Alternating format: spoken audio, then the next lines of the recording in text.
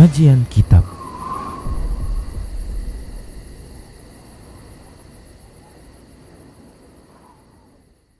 Bismillah, assalamualaikum warahmatullahi wabarakatuh. Innal hamdalillah nahmaduhu wa nasta'inuhu wa nastaghfiruh wa na'udzu billahi min shururi anfusina wa min sayyiati a'malina. Man yahdihillahu fala mudilla lahu wa man yudlilhu fala hadiyalah. Wa asyhadu an la ilaha illallah wahdahu la syarika lah. Wa asyhadu anna Muhammadan abduhu wa rasuluhu sallallahu alaihi wasallam. Qala Allah tabaraka wa ta'ala, ya ayyuhalladzina amanu taqullaha haqqa tuqatih wa la tamutunna illa wa antum muslimun. Ya ayyuhan nasu taqu rabbakumul ladzi khalaqakum min nafsin wahidah wa khalaqa minha zawjaha wa bassa minhuma rijalan katsiran wa nisaa'a wattaqullaha alladzi tasaaluna bihi wal arham innallaha kana 'alaikum raqiba. Ya ayyuhalladzina amanu taqullaha wa qulu qawlan sadida yuslih lakum a'malakum wa yaghfir lakum dhunubakum wa may yuti'illaha wa rasulahu faqad faza fawzan 'azima. Amma ba'd. Fa inna asdaqal hadits kitabullah wa khairal huda huda Rasulillah sallallahu alaihi wasallam wa syarral umuri muhdatsatuha wa kullu muhdatsatin bid'ah wa kullu bid'atin dhalalah wa kullu dhalalatin finnar. Para pemirsa Rasyad TV dan para pendengar Radio Medan Mengaji di mana saja Anda berada, rahimani wa rahimakumullah. Alhamdulillah, tidak bosan kita senantiasa bersyukur kepada Allah Subhanahu wa taala, karena kita tak pernah mendapatkan Allah Subhanahu wa taala bosan ketika memberikan nikmat dan kebaikannya kepada kita. Selawat serta salam tak lupa kita ucapkan untuk nabinya Muhammad sallallahu alaihi wasallam, karena nabi kita Muhammad sallallahu alaihi wasallam tak pernah lupa untuk mengharapkan kebaikan bagi para umatnya. Baik para hamba Allah rahimani wa rahimakumullah, kita akan menyelesaikan pembahasan rukun iman yang keenam, yaitu beriman kepada qada dan qadar Allah, beriman kepada takdir Allah Subhanahu wa taala baik maupun buruknya. Dan sedikit kita mengulang bahwasanya rukun dari beriman kepada takdir Allah Subhanahu wa taala ini ada 4. Yang pertama adalah meyakini dan mengimani bahwa segala sesuatu sebelum terjadinya Allah Subhanahu wa taala mengetahui dengan rinci.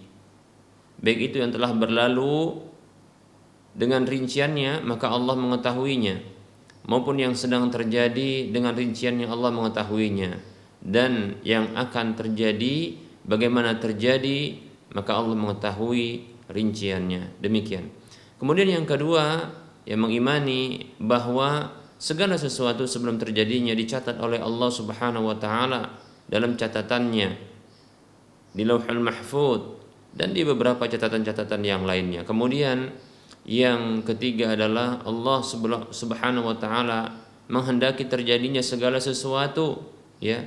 Sebelum terjadinya Allah telah kehendaki, dan tidak ada satupun dari apa saja yang ada di alam semesta ini yang terjadi dan akan terjadi, melainkan itu berdasarkan pengetahuan Allah Subhanahu wa taala, catatan Allah Subhanahu wa taala, dan kehendak Allah Subhanahu wa taala. Baru kemudian yang keempat adalah Allah Subhanahu wa taala menciptakan dan menjadikannya sesuai dengan pengetahuan, sesuai dengan catatan, dan sesuai dengan kehendak Allah Subhanahu wa taala. Tak ada yang bisa keluar dari pengetahuan, catatan, sekaligus kehendak Allah Subhanahu wa taala. Baik, kita akan sempurnakan pembahasan keimanan kepada takdir Allah Subhanahu wa taala ini dengan menyebutkan buah indah atau hikmah, fungsi dari beriman kepada takdir Allah Subhanahu wa taala. Yang pertama adalah senantiasa dan tetap terus bersandar kepada Allah Subhanahu wa taala ketika melakukan sebab-sebab yang ditetapkan secara syar'i maupun ditetapkan secara qadari, di mana tidak bersandar kepada sebab-sebab tersebut ya secara sendiri, ya, karena segala sesuatu itu berdasarkan takdir Allah Subhanahu wa taala, berdasarkan pengetahuan Allah, berdasarkan catatan Allah, berdasarkan kehendak Allah Subhanahu wa taala. Demikian, ya. Maka jangan kita bersandar kepada sebab. Bahkan bila kita bersandar kepada sebab, maka ini adalah kesyirikan, ya, menjadikan sebab itu sebagai tandingan bagi Allah Subhanahu wa taala. Nah, dengan beriman kepada takdir Allah Subhanahu wa taala, maka ini akan ya membantu kita untuk terus ya bersandar kepada Allah Subhanahu wa taala, ya, bersandar kepada Allah Subhanahu wa taala yang menciptakan sebab tersebut, ya. Baik, ini yang pertama. Kemudian yang kedua, keuntungan, faedah, manfaat, begitu juga hikmah sekaligus buah indah, ya. Beriman kepada takdir Allah Subhanahu wa taala adalah tidak merasa takjub dengan diri sendiri ketika mendapatkan apa yang diinginkan, ya. Karena sesungguhnya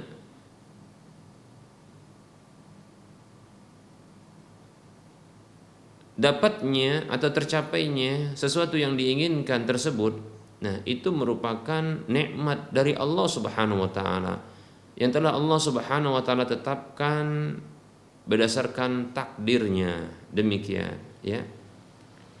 Nah, tentunya itu ya dengan melakukan sebab-sebab kebaikan, ya, sebab-sebab kesuksesan, ya. Demikian para hamba Allah rahimani wa rahimakumullah. Jadi beriman kepada takdir Allah Subhanahu wa taala ini akan membantu ya seorang hamba untuk bisa dia bersyukur kepada Allah Subhanahu wa taala, dan ini bisa juga menjadi poin berikutnya, ya. Ini menjadi poin berikutnya, ya, membantu ya bersyukur kepada Allah Subhanahu wa taala, ya. Beriman kepada Allah ini akan ya menghilangkan ya takjub ya kepada diri sendiri. Ya, karena tentunya takjub kepada diri sendiri ini ketika mendapatkan apa yang diinginkan dan apa yang diharapkan, maka ini akan membuat lupa untuk bersyukur kepada Allah Subhanahu wa taala, ya. Demikian. Ya, padahal ya kalau kita mau berbicara sesuai dengan hakiki, ya segala sesuatu itu berdasarkan takdir Allah Subhanahu wa taala. Nah, keimanan kepada takdir Allah Subhanahu wa taala akan semakin membuat seorang hamba itu bersyukur kepada Allah Subhanahu wa taala. Bersyukur kepada Allah Subhanahu wa taala. Ternyata ini ditetapkan oleh Allah. Kebaikan-kebaikan ini ditetapkan oleh Allah Subhanahu wa taala. Kenikmatan-kenikmatan ini ditetapkan oleh Allah Subhanahu wa taala untuk dirinya. Demikian. Dan dia tidak akan takjub dengan dirinya. Baik, berikutnya para hamba Allah rahimani wa rahimakumullah. Berikutnya ya faedah, manfaat, ya hikmah dan buah indah dari beriman kepada takdir Allah Subhanahu wa taala akan merasakan tenang, ya. Akan merasakan tenang, ya. Merasakan jiwa, merasakan ketenangan jiwa, kedamaian, ya. Dengan apa yang akan mengalir, ya, apa yang terjadi, apa yang sedang dan akan terjadi dari takdir-takdir Allah Subhanahu wa taala, ya. Tidak menggugat Allah Subhanahu wa taala, ya, tidak marah dan murka kepada Allah Subhanahu wa taala dengan hilangnya sesuatu yang disukai, ya, atau terjadinya sesuatu yang dibenci. Demikian. Karena hal itu semua adalah berdasarkan takdir Allah Subhanahu wa taala, zat yang menguasai ya segala sesuatu, alam semesta, jagat raya, langit dan bumi. Demikian. Allah Subhanahu wa taala berfirman di dalam surah Al-Hadid di ayat yang ke-22 dan 23, Allah mengatakan, A'udzu billahi minasyaitonir rajim. Ma asaba min musibatin fil ardi wala fi anfusikum illa fi kitabim min qabli an nabra'aha inna dzalika 'ala Allahi yasir likai la ta'sau 'ala ma fatakum wa la tafrahu bima atakum wallahu la yuhibbu kulla mukhtalin fakhur. Allah Subhanahu wa taala berfirman, tidaklah ada satupun musibah yang menimpa di langit dan di bumi. Ya, kita ulangi, tidaklah ada satu musibah yang menimpa di bumi dan juga tidak pada diri kalian sendiri kecuali itu telah terdapat dalam catatan sebelum Allah Subhanahu wa taala, sebelum kami menjadikannya. Sesungguhnya hal itu mudah bagi Allah Subhanahu wa taala, agar kalian tidak berputus asa atas apa yang telah luput dari kalian, dan kalian tidak akan berbangga ya dengan apa yang datang kepada kalian. Dan Allah Subhanahu wa taala tidak menyukai setiap orang yang sombong lagi angkuh. Demikian. Baik para hamba Allah rahimani wa rahimakumullah. Nah, ini dia. Ya. Jadi ketika kita mengimani takdir Allah Subhanahu wa taala, bahwasanya segala sesuatu ini telah diketahui oleh Allah, dicatat oleh Allah, dikehendaki oleh Allah Subhanahu wa taala sebelum Allah menjadikannya, kemudian Allah menjadikannya, maka hal ini akan membantu seorang hamba ya untuk dia bisa mendapatkan ketenangan, mendapatkan kedamaian dalam hatinya ya. Ketika sesuatu yang dicintai itu hilang darinya, luput darinya, atau sesuatu yang dibenci itu datang kepadanya ya, menghampirinya, demikian ya. Baik para hamba Allah, dan tentunya hal itu merupakan ya kemarahan ya, maksudnya kemarahan itu ya, kemudian gugatan itu, ini merupakan bentuk kesombongan dan keangkuhan kepada Allah Subhanahu wa ta'ala. Baik para hamba Allah rahimani wa rahimakumullah. Nah, di antara hikmah, di antara faedah, di antara manfaat ya, buah indah dari beriman kepada takdir Allah Subhanahu wa taala ya, adalah ya sifat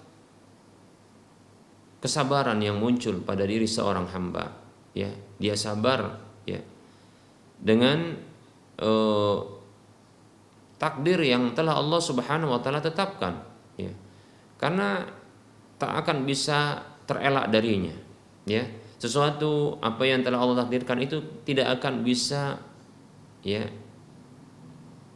luput darinya, demikian. Bahkan sesuatu yang dikejarnya yaitu tak akan bisa didapatkannya bila Allah tak menghendakinya, demikian. Maka yang seperti ini membuat dirinya sabar ya, sabar senantiasa ya di dalam ketaatan, sabar senantiasa menjauhi larangan, sabar senantiasa terhadap musibah-musibah yang menimpa ya.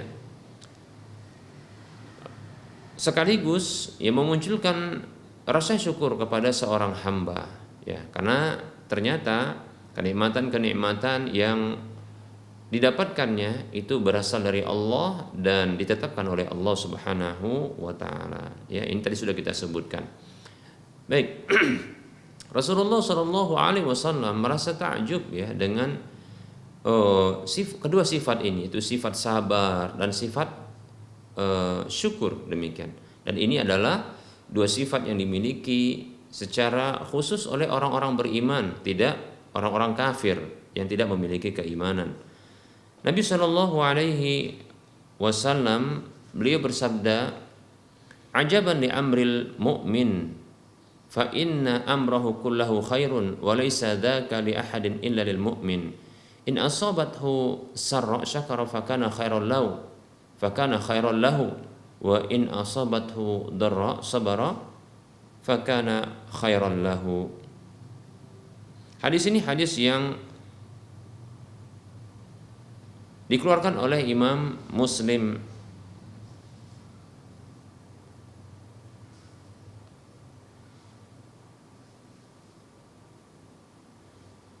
Rasulullah Shallallahu alaihi wasallam bersabda, sungguh menakjubkan perkara orang beriman itu, karena sesungguhnya setiap perihalnya, setiap perkaranya adalah baik baginya. Setiap perkaranya adalah baik ya, dan itu tidak akan terjadi dan tidak akan berlaku bagi seorang pun kecuali bagi seorang beriman. Bagi seorang beriman, Masya Allah ya.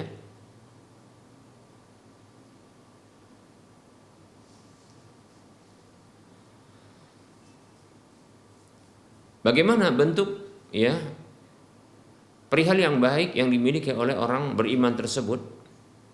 Ya, seorang mukmin ya, bahkan setiap manusia tentunya di dalam kehidupannya ada hal-hal yang menyenangkan yang telah Allah tetapkan untuknya, sebagaimana juga ada hal-hal yang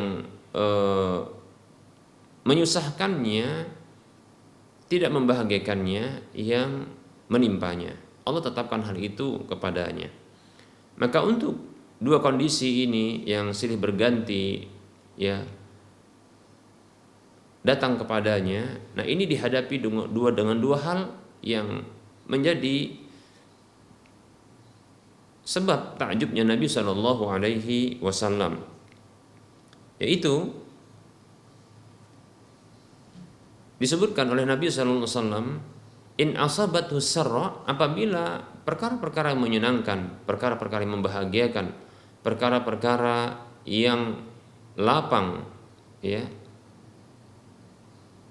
maka itu datang kepadanya, apabila datang kepadanya maka dia bersyukur, syakara fakana khairul lahu, maka tentu itu adalah baik baginya ya, yaitu syukur itu baik baginya, bersyukur atas ya kenikmatan demikian.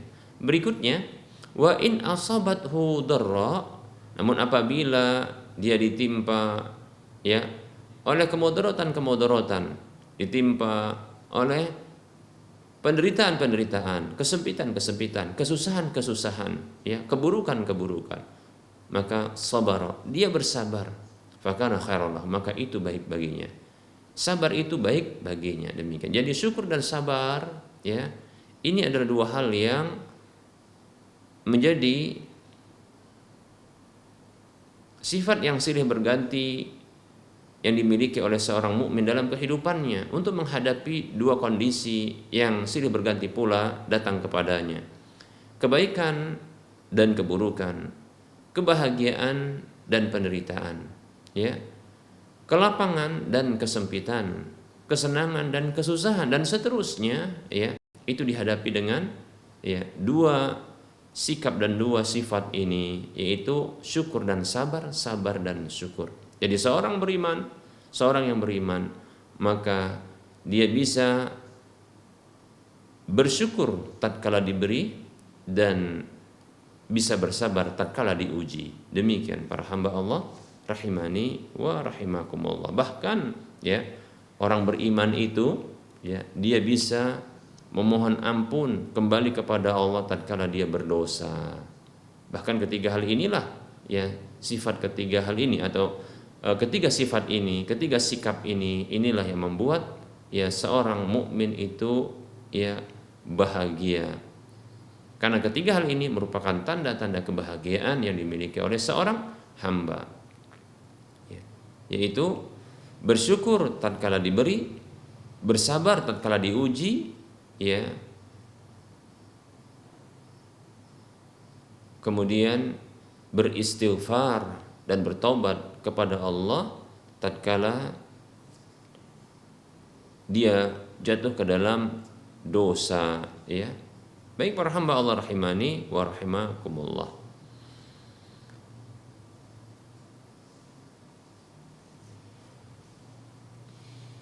Bahkan seorang mukmin ya ketika dia diuji ya,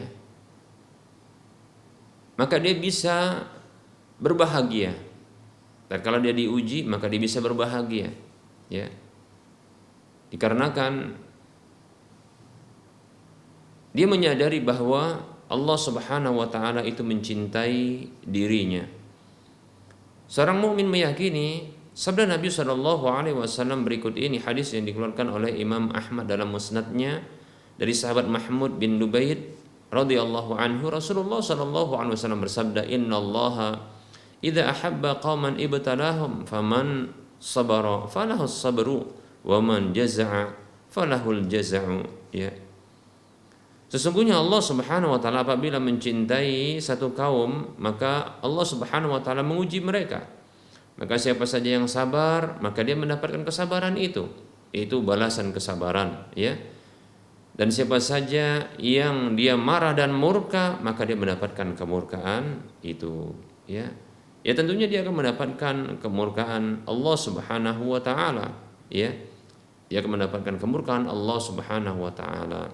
Ya, dalam hadis yang lain, hadis yang dikeluarkan oleh Imam Tirmidzi, demikian pula Ibnu Majah dari sahabat Anas bin Malik radhiyallahu anhu, dihasankan oleh Syekh Al-Albani rahimahullahu taala dalam Sahihul Jami' di nomor urut hadis 2110.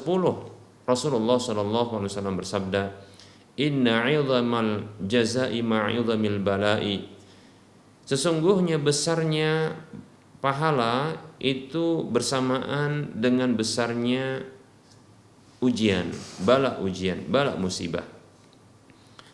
Wa inna Allah ta'ala idza ahabba qauman ibtalahum, dan sesungguhnya Allah ta'ala apabila mencintai satu kaum, maka Allah Subhanahu wa taala menguji mereka. Faman radiya falahur ridha, siapa saja yang ridha maka dia mendapatkan keridhaan Allah Subhanahu wa taala. Lihat, ya. Jadi ini yang membuat dia ridha kepada Allah Subhanahu wa taala. Dia menerima ketetapan Allah, takdir Allah, bahkan dia ridha, ya, dengan ketetapan Allah Subhanahu wa taala. Wa man sakhita falahu sukhtu, ya. Dan siapa saja yang murka, marah, menggugat Allah, marah dia, murka kepada ketetapan Allah tersebut ketika diuji, ya.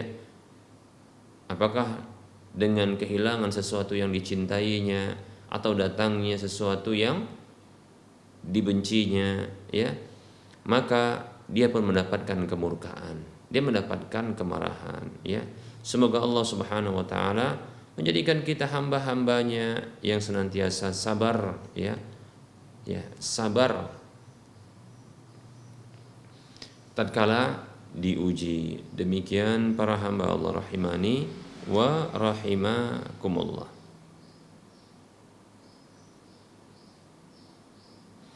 Baik, kita akan sebutkan berikutnya, ya, tentang dua kelompok yang sesat dan menyimpang tentang keimanan terhadap takdir Allah Subhanahu wa taala.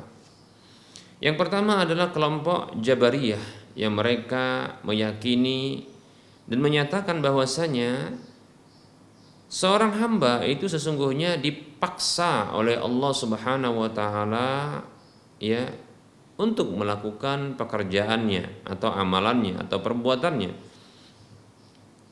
Hamba tersebut, bahkan setiap hamba itu tidak memiliki keinginan dan kudrah, tidak memiliki keinginan, kehendak, demikian pula kemampuan sedikit pun. Allah Subhanahu wa taala yang berkehendak atas dirinya, ya, demikian. Jadi hamba itu hanyalah, ya, makhluk yang dipaksa, ya, bagaikan robot yang diarahkan dengan remote, ya. Begitu juga bagaikan wayang yang diarahkan oleh dalang, seperti itu. Baik, para hamba Allah rahimani wa rahimakumullah, ini kelompok yang pertama, yaitu Jabariyah. Dari kata jabar, yaitu memaksa.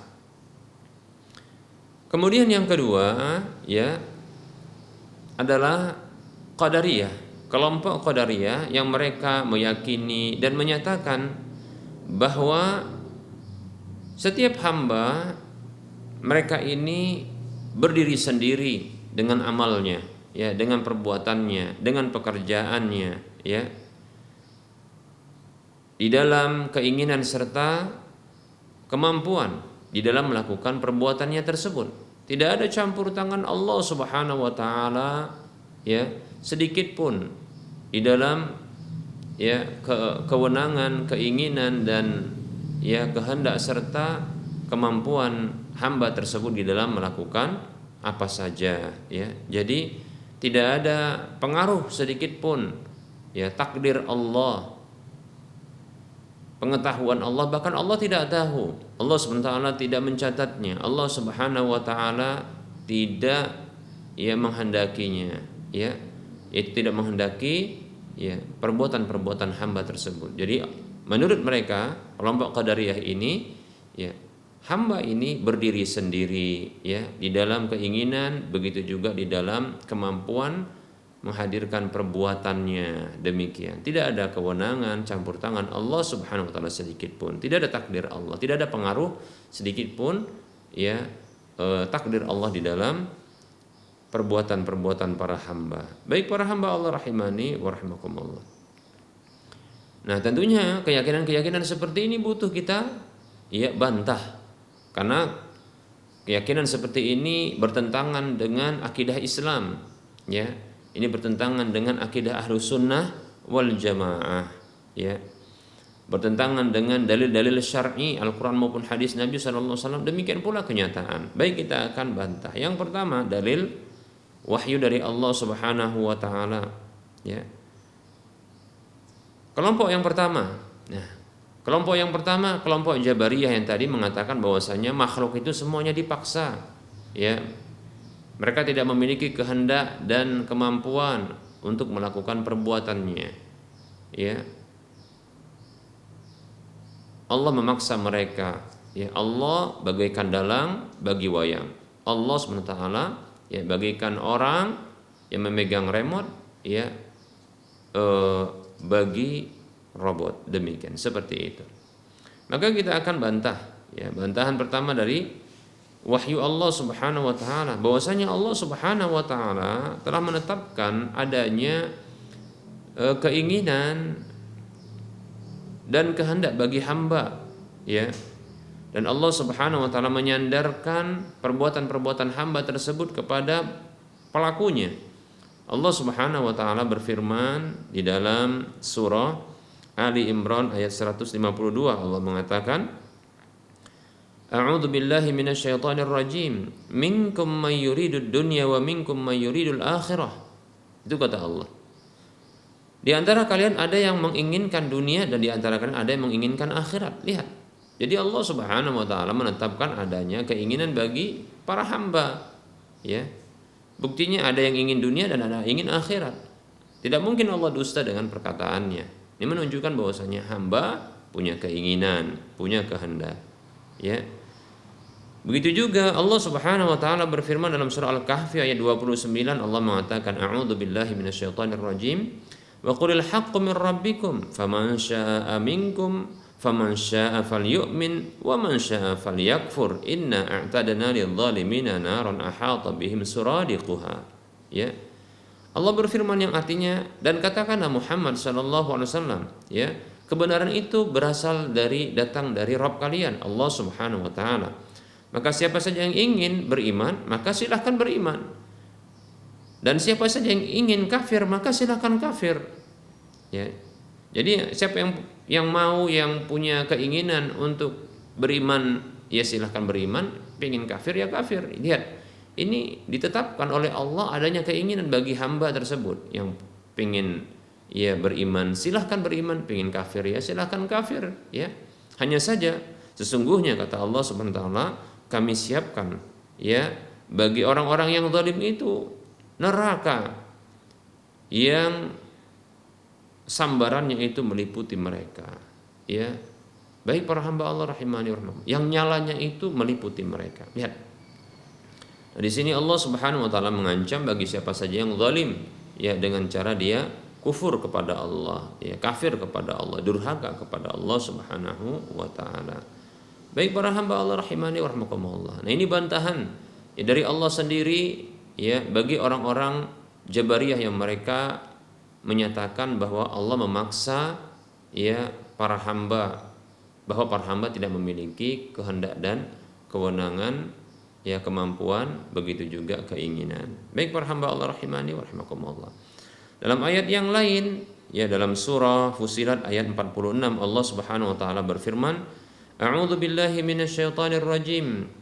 Man 'amila shalihan falinafsihi wa man asaa'a fa'alaiha wa ma rabbuka bidzalamin lil 'abid. Allah Subhanahu wa taala berfirman, ya, siapa saja yang beramal saleh maka itu untuk dirinya, dan siapa saja yang berbuat keburukan maka itu juga menjadi tanggungannya. Demikian. Tidaklah Rabbmu Allah Subhanahu wa taala itu zalim kepada para hamba. Lihat, ya. Baik. Jadi perbuatan-perbuatan, ya,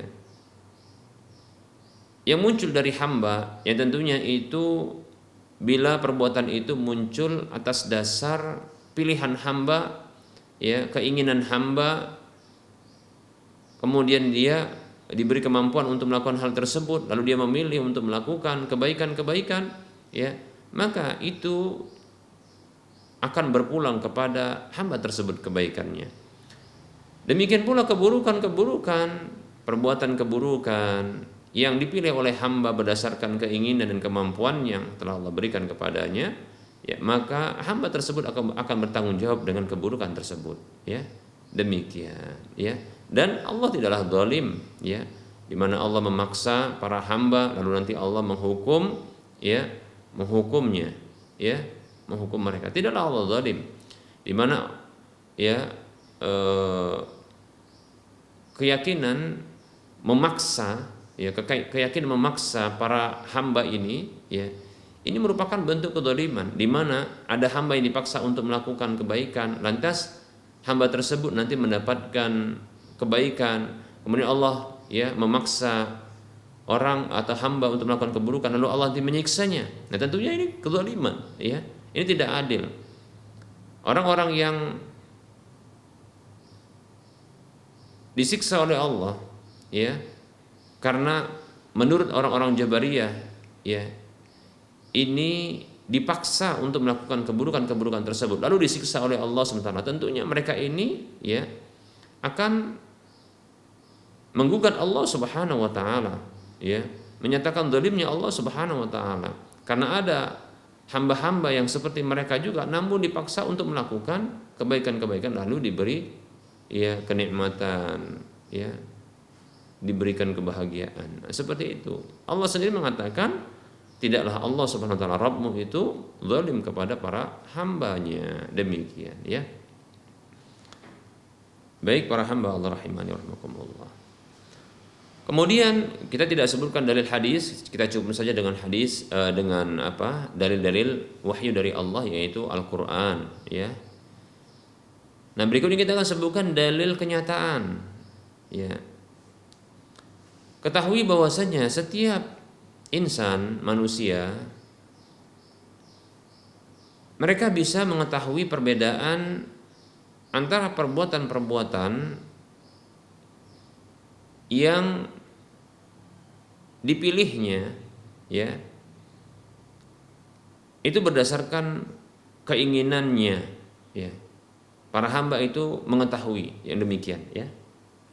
Para hamba, setiap insan, bahkan mungkin jin, ya, yang punya akal juga, mereka memahami bahwasanya, ya, adanya perbedaan antara perbuatan-perbuatan yang mereka lakukan berdasarkan keinginan mereka, ya, seperti makan, minum, ya, berjalan dan seterusnya, dengan perbuatan-perbuatan yang terjadi, ya, tanpa diinginkan oleh mereka, seperti contohnya, ya, detak jantung, ya, begitu juga peredaran darah, ya, begitu juga seperti gerakan dalam tidur yang tidak disadari, begitu juga bergetar, ya, ya, gemetaran ketika ketakutan, seperti itu juga ketika demam, ya, dan seterusnya, ya. Ini mereka mampu bedakan di mana perbuatan-perbuatan yang berdasarkan keinginan mereka itu mereka lakukan, ya, itu tentunya atas pilihan mereka. Mereka mengetahui hal tersebut, ya. Kemudian mereka menyadarinya, kemudian mereka menginginkannya, sehingga akhirnya mereka memilihnya untuk melakukannya berdasarkan kemampuan yang telah Allah berikan kepada mereka. Demikian, ya, tanpa mereka dipaksa untuk melakukan hal tersebut, ya.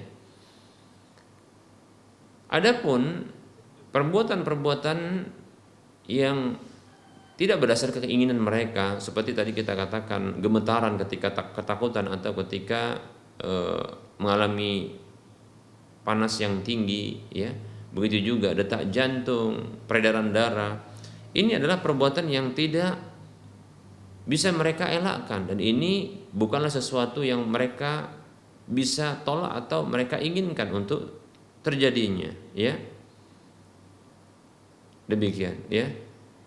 Karena mereka dipaksa untuk hal seperti ini, sesuatu yang mereka, ya, tidak bisa memiliki pilihan dalam hal ini, karena Allah telah tetapkan untuk diri mereka. Demikian, ya. Nah, ini kenyataan, ya, dan tidak fair, ya, tidak adil kalau seandainya dipaksa meyakini semua hal, ya, perbuatan-perbuatan itu adalah paksaan dari Allah Subhanahu wa taala. Sementara, ya, kenyataannya, dan ini berdasarkan akal manusia, ya, ini terbedakan, ya, sendiri, ya. Di mana ada perbuatan-perbuatan yang muncul berdasarkan pilihan dan keinginan, kemudian ada yang tidak berdasarkan keinginan dan pilihan kita, demikian, ya. Maka tidak boleh untuk dipukul rata bahwasanya itu adalah dipaksa oleh Allah Subhanahu wa taala. Baik. Kemudian bantahan untuk kelompok yang kedua, kelompok menyimpang yang kedua, yaitu Qadariyah, yang mereka meyakini dan menyatakan bahwa para hamba semuanya mereka itu, ya, bersendirian di dalam perbuatan-perbuatannya, ya. Bahwasanya perbuatan itu atas dasar keinginan dan kemampuan yang tidak ada sedikit pun campur tangan Allah Subhanahu wa taala, ya, yang tidak ada pengaruhnya takdir Allah padanya, demikian, ya. Maka bantahannya secara dalil wahyu Allah Subhanahu wa taala, yang pertama, ya, bahwasanya Allah Subhanahu wa taala menciptakan segala sesuatu, dan segala sesuatu itu terjadi berdasarkan kehendak Allah Subhanahu wa taala. Allah Subhanahu wa taala menjelaskan di dalam Al-Qur'an bahwasanya perbuatan para hamba itu terjadi berdasarkan kehendak Allah Subhanahu wa taala. Allah Subhanahu wa taala berfirman di dalam surah Al-Baqarah ayat 253, Allah mengatakan, A'udzu billahi minasyaitonir rajim. Walau syaa'a Allahu ma qatatala alladziina min ba'dihim min ba'di ma ja'athumul bayyinatu walakin ikhtalafu faminhum man amana wa minhum man kafar. Walau syaa'a Allahu ma qatatalu walakinallaha yaf'alu ma yurid. Allah berfirman, andaikan Allah menghendaki, tentulah mereka orang-orang setelah mereka itu, ya, tidak akan saling bunuh, ya, setelah datang penjelasan-penjelasan kepada mereka. Akan tetapi mereka itu tetap berselisih. Di antara mereka ada yang beriman, di antara mereka juga ada yang kufur. Andaikan Allah Subhanahu wa taala menghendaki, tentulah mereka tidak akan saling berperang atau membunuh. Akan tetapi Allah memberlakukan apa yang Dia inginkan. Lihat, ya. Nah, ini, ya, berdasarkan ketetapan Allah Subhanahu wa taala, ya. Dalam ayat yang lain, ya, Allah Subhanahu wa taala berfirman dalam surah As-Sajdah ayat 13, Allah mengatakan, A'udzu billahi minasyaitonir rajim. Walau syi'na la ataina kulla nafsin hudaha walakin haqqal qawlu minni la amla'anna jahannama minal jinnati wan nasi ajma'in. Allah Subhanahu wa taala berfirman, andaikan kami kehendaki, tentulah kami datangkan setiap jiwa itu petunjuknya, akan tetapi telah berlaku ketetapan dariku, kata Allah, sungguh aku akan penuhi neraka jahanam itu, ya, dari jin dan manusia semuanya, demikian, ya. Baik para hamba Allah rahimani wa rahimakumullah, ini, ya, ancaman Allah Subhanahu wa taala bagi siapa saja yang mereka ini, ya, menyalahi petunjuk yang telah Allah Subhanahu wa taala berikan kepada mereka, demikian. Dan ini menunjukkan Allah Subhanahu wa taala yang menghendaki, ya, segala sesuatu yang terjadi pada makhluk. Baik para hamba Allah rahimani wa rahimakumullah, berikutnya kita akan sebutkan dalil akal, ya, untuk membantah kelompok Qadariyah yang meniadakan kehendak dan kemampuan Allah Subhanahu wa taala di dalam perbuatan-perbuatan para hamba, ya. Selain tadi kita sudah sebutkan dari dalil wahyu di mana ya Allah menyatakan bahwa Allah yang menghendaki ya perbuatan-perbuatan para hamba tersebut, ya. Wallahu khalaqakum wa ma ya'malun, ya, wa ma yaf'alun, ya. Dan Allah Subhanahu wa taala ya menciptakan kalian dan apa saja yang kalian lakukan, ya.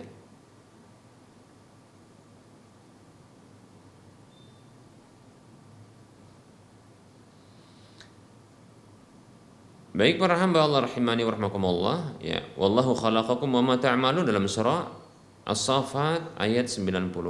Dan Allah yang menciptakan kalian dan apa saja yang kalian lakukan. Baik, kita akan sebutkan dalil akal, ya,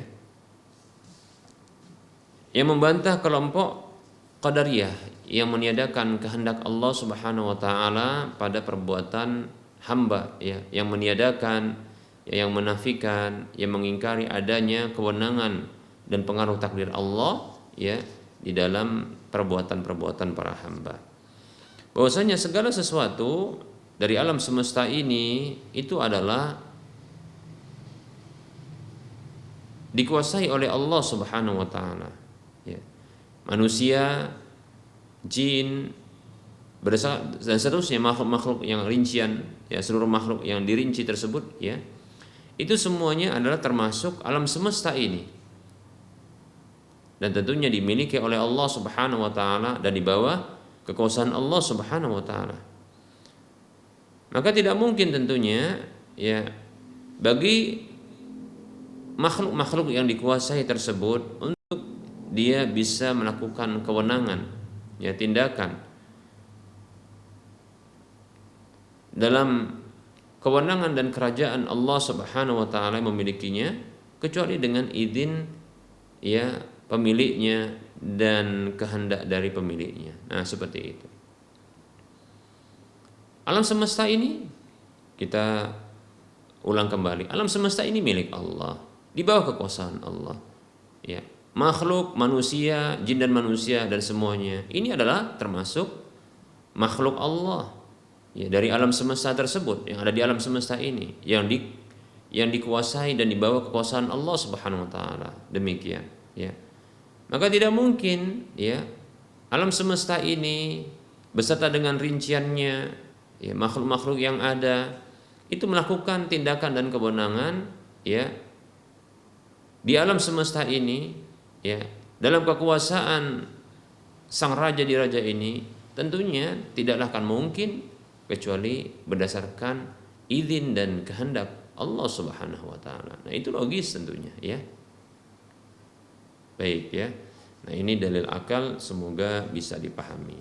Baik, ya, kita cukupkan, ya, penyampaian materi kita pada pertemuan kali ini. Insyaallah taala kita akan lanjutkan pada waktu mendatang, ya, dengan pembahasan yang baru karena sudah selesai pembahasan tentang rukun iman, ya. Baik, kita masuki sesi soal jawab, ya. Kita masuki sesi soal jawab bagi para pemirsa yang ingin berinteraksi langsung. Silahkan hubungi nomor telepon layanan kami di nomor 0822 8888 6630, ya. Baik, adapun yang ingin bertanya lewat chatting WhatsApp maka silahkan hubungi nomor 0852 6190 4177. Baik, kita mencoba untuk menjawab pertanyaan yang telah masuk.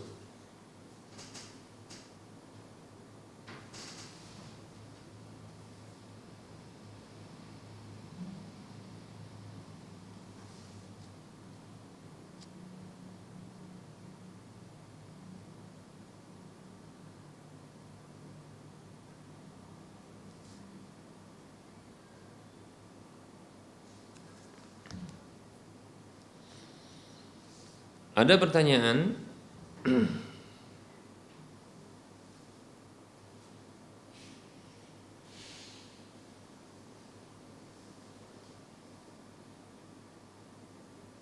bagaimana Ustadz hukum mencetak foto?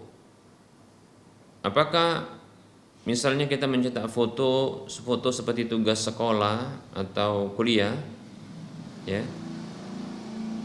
atau pekerjaan atau usaha yang ada fotonya, di mana foto tersebut tidak dipajang melainkan untuk bukti-bukti laporan pekerjaan, ya. Apakah itu termasuk yang darurat, Ustadz? Baik.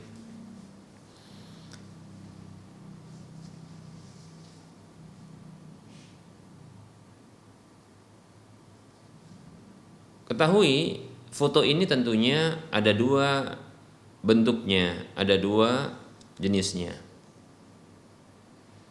Foto itu tentunya ada dua bentuknya. Pertama adalah foto dari makhluk-makhluk yang tidak bernyawa, ya, seperti contohnya foto bangunan, foto pemandangan, ya, foto alat-alat transportasi, ya, atau foto-foto yang lainnya yang jelas yang tidak memiliki nyawa, ya. Kemudian yang kedua adalah foto yang memiliki makhluk yang dia adalah makhluk bernyawa, foto yang dia merupakan makhluk bernyawa, foto makhluk bernyawa seperti contohnya manusia, jin, ya, hewan, atau bahkan mencoba mereka untuk, ya, mengidentifikasi malaikat, nah seperti itu, ya. Maka ini disebut dengan foto makhluk bernyawa. Baik, hukum yang pertama dari foto tersebut itulah dibolehkan untuk foto, mencetak foto, ya, atau memfotonya, bahkan menggambarnya atau melukisnya atau memahatnya boleh. Namun, ya, untuk foto dari makhluk bernyawa, kita ulangi, yang pertama hukumnya tidak mengapa, ya, karena tidak ada dalil larangannya. Kemudian untuk yang kedua, itu foto makhluk bernyawa, maka sedikit kita sampaikan, barangkali juga pernah disampaikan bahwasanya, ya, gambar, ya, makhluk bernyawa ini ada dua bentuknya. Yang pertama adalah gambar yang dibuat dengan tangan, ya, seperti dipahat, dilukis, ya, atau dibentuk, ya, apakah itu lewat tanah-tanah liat, ya, begitu, atau digambar dengan tangan, ya. Maka ini sepakat para ulama tentang keharamannya, demikian, ya, sepakat tentang keharamannya. Dalam sebuah hadis Nabi SAW beliau bersabda, ya, inna asyaddan nasi 'adzaban yaumal qiyamati indallahi yaumal qiyamati al-musawwirun. Sesungguhnya manusia yang paling dahsyat, ya, yang paling keras siksanya pada hari kiamat di sisi Allah adalah tukang gambar, ya. Dalam satu hadis, ya, diceritakan bahwasanya ada seorang laki-laki yang datang kepada Ibnu Abbas radhiyallahu anhuma, ya. Lalu ia menanyakan, ya, sesungguhnya pekerjaanku, profesiku adalah aku membuat, ya, gambar-gambar dengan tanganku ini, demikian. Bagaimana? Itu maksud pertanyaannya, ya. Lalu Ibnu Abbas radhiyallahu anhu mengatakan, tidaklah aku akan menceritakan satu hadis kecuali dari Nabi sallallahu alaihi wasallam yang aku dengar dari beliau sallallahu alaihi wasallam, ya. Rasulullah bersabda sallallahu alaihi wasallam, sesungguhnya orang yang paling dahsyat, orang yang paling keras siksanya pada hari kiamat di sisi Allah adalah tukang gambar, dan dia diperintahkan untuk meniupkan, ya, ruh pada gambar tersebut sementara dia tak mampu untuk melakukannya, demikian, dan senantiasa dia akan disiksa, demikian. Maka orang tadi memucat wajahnya dan bergetar tubuhnya. Maka Ibnu Abbas radhiyallahu anhu mengatakan, celaka kamu, ya. Kalau kamu memang tidak bisa meninggalkannya, maka silakan kamu, ya, gambar pepohonan-pepohonan ini dan apa saja yang tidak memiliki ruh, demikian seperti itu, ya.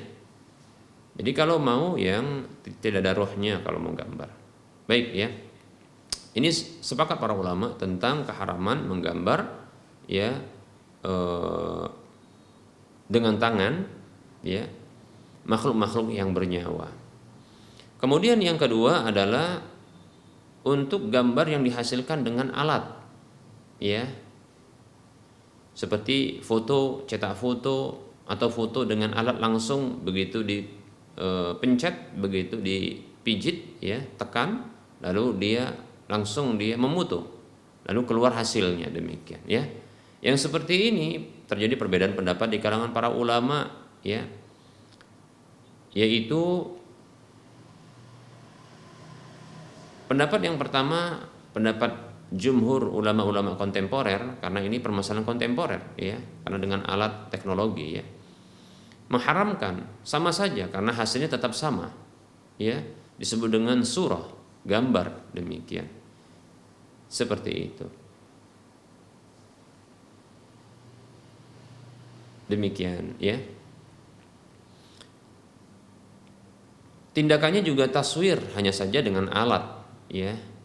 Kemudian untuk pendapat yang kedua, pendapat yang membolehkan. Nah, ini pendapat Syekh Muhammad Shalih Utsaimin rahimahullahu taala, karena tidak dengan tangan, yang melakukannya adalah alat bukan tangan, seperti itu. Maka ini dibolehkan.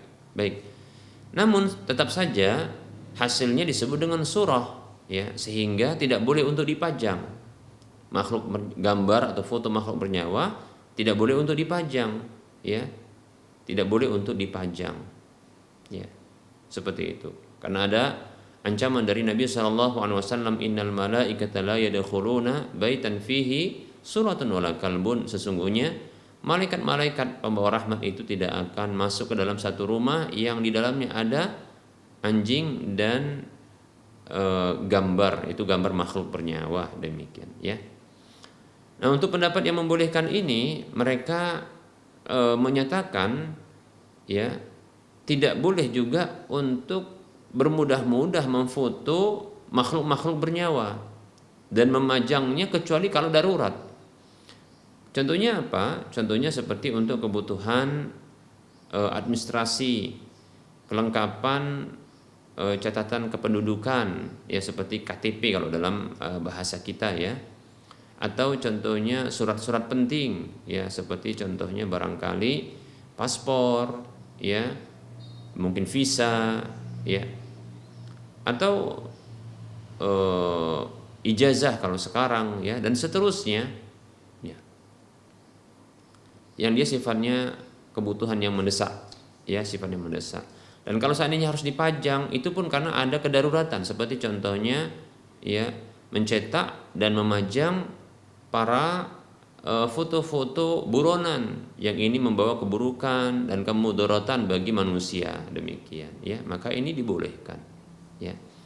Kemudian pertanyaannya, ya, apakah pekerjaan, hasil pekerjaan, ya, bukti laporan sebuah pekerjaan, ya, baik itu tugas sekolah, begitu juga tugas kuliah atau tugas dari sebuah perusahaan, ya, atau usaha, apakah ini termasuk hal yang dikecualikan? Wallahu ta'ala alam. Jikalau memang demikian, ya, artinya harus ada memang foto, ya, maka dihindarkan tentunya adalah foto-foto yang sifatnya menampakkan aurat, ya, baik itu laki-laki maupun perempuan, ya, seperti itu. Dan ini apabila hanya sekedar laporan satu pekerjaan dan tidak dimaksudkan untuk hal-hal keburukan yang lainnya, maka wallahu ta'ala alam, barangkali termasuk, ya, kebutuhan mendesak untuk sebuah administrasi, ya. Wallahu ta'ala alam, ya, mudah-mudahan, ya, ini kalau seandainya memang harus dilakukan, maka betul-betul dalam kondisi yang mendesak dan darurat saja, ya. Wallahu taala a'lam.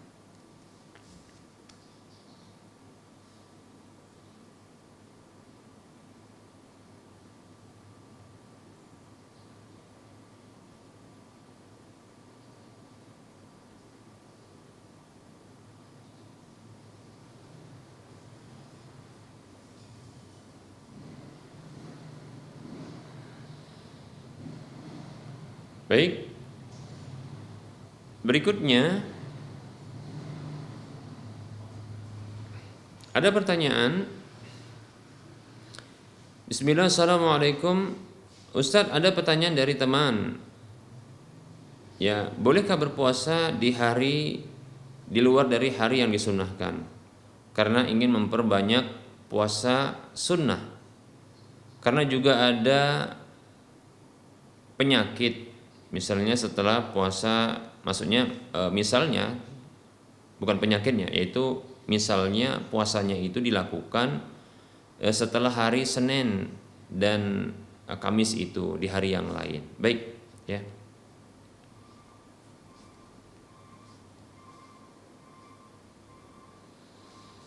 Bismillah. Rasulullah Shallallahu Alaihi Wasallam ya pernah menyatakan kepada Abdullah bin Amr radhiyallahu anhuma yang ia bertekad untuk puasa setiap hari, ya. Rasul mengatakan ya kepadanya yang dia bertekad untuk sholat malam, ya, tanpa tidur, kemudian puasa setiap hari. Maka Rasulullah mengatakan kepadanya, ya,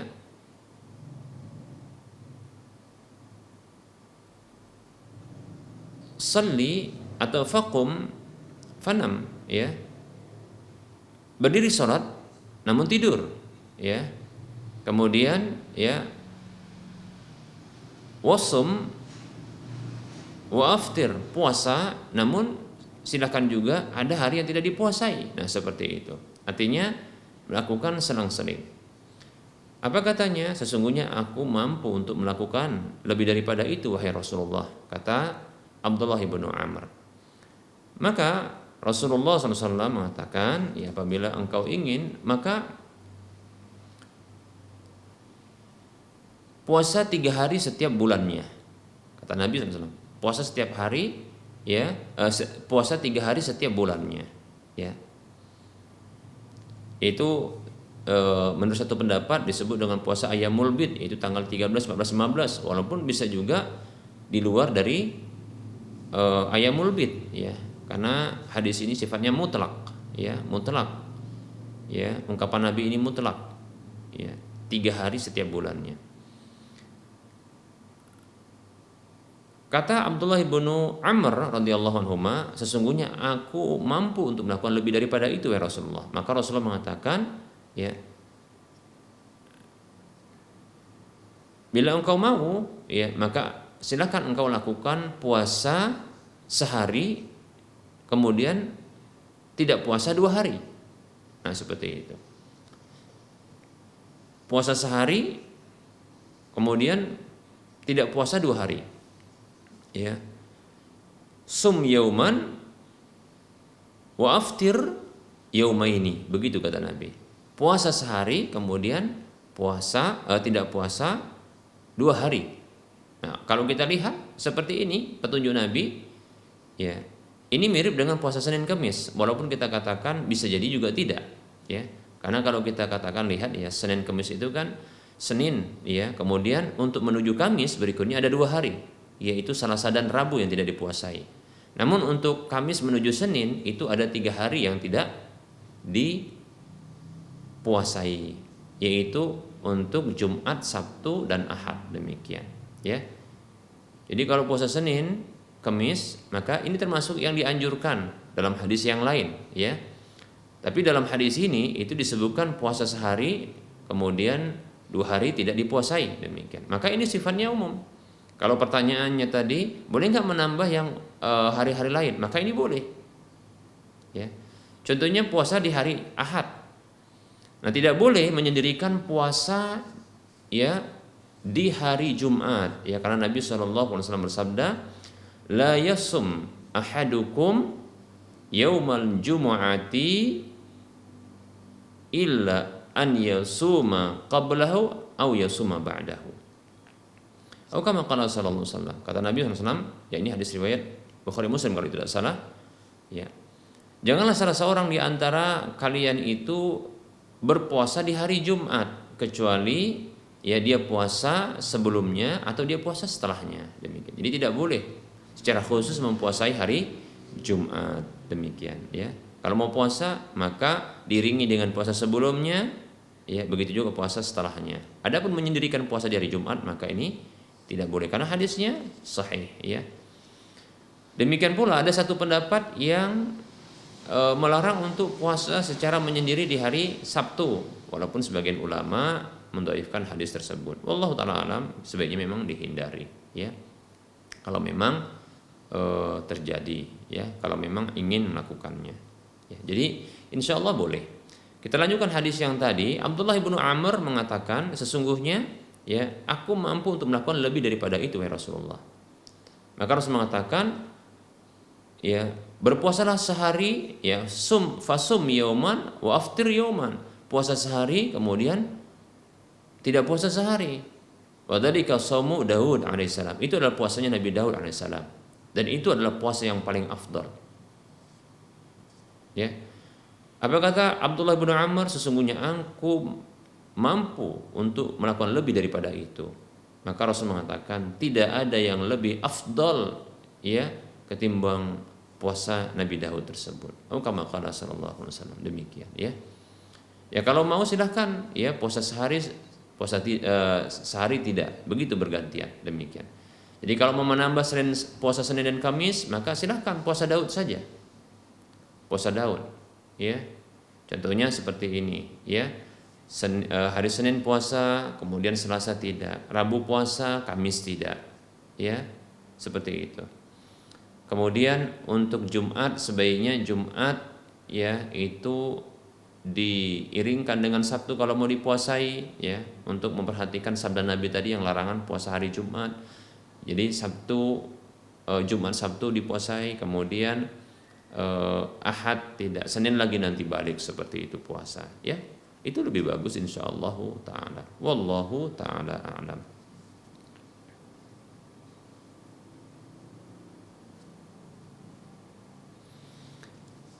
Baik para hamba Allah rahimani wa rahimakumullah, sepertinya kita cukupkan saja terlebih dahulu kajian kita ini ya, karena sudah mendekati atau bahkan sudah masuk waktu sholat zuhur untuk wilayah Medan dan sekitarnya.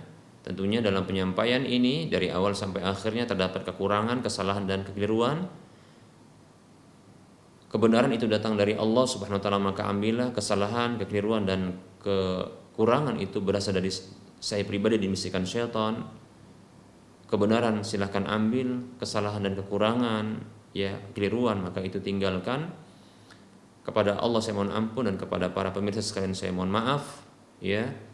Dan sebelum berakhir seperti biasa kita akan memberikan motivasi kepada saudara-saudara seiman, para pemirsa sekalian dan para pendengar. Mari kita berdonasi ya dengan harta kita ya, yang dengannya kita akan mendapatkan pahala yang mengalir terus setelah wafatnya kita, bahkan dalam kondisi kita masih hidup apabila dimanfaatkan ya. Jadi apabila kita mengeluarkan harta saja, mengeluarkannya ini mendapatkan pahala. Begitu nanti dimanfaatkan maka kita akan mendapatkan pahala yang mengalir. Demikian ya. Maka silahkan arahkan ya untuk membebaskan lahan yang nantinya akan dibangun Masjid Al-Muwahhidin untuk wilayah Medan dan sekitarnya. Silahkan arahkan ke Bank Syariah Mandiri dan atau Bank Syariah Indonesia di nomor 7127485555 atas nama Yayasan Lajnah Dakwah Medan, kode bank 451. Saya ulangi, Bank Syariah Mandiri, Bank Syariah Indonesia 7127485555 atas nama Yayasan Lajnah Dakwah Medan, kode bank 451. Barangkali di layar kaca Anda ini terdapat ya penjelasan ini atau keterangan ini, maka silahkan dilihat. Semoga bermanfaat dan semoga Anda termotivasi. Wassallallahu ala Muhammad wa ala alihi wa ashabihi ajma'in. Subhanakallahumma wa bihamdika asyhadu an la ilaha illa anta astaghfiruka wa atubu ilaika walhamdulillahi rabbil alamin. Wassalamualaikum warahmatullahi wabarakatuh.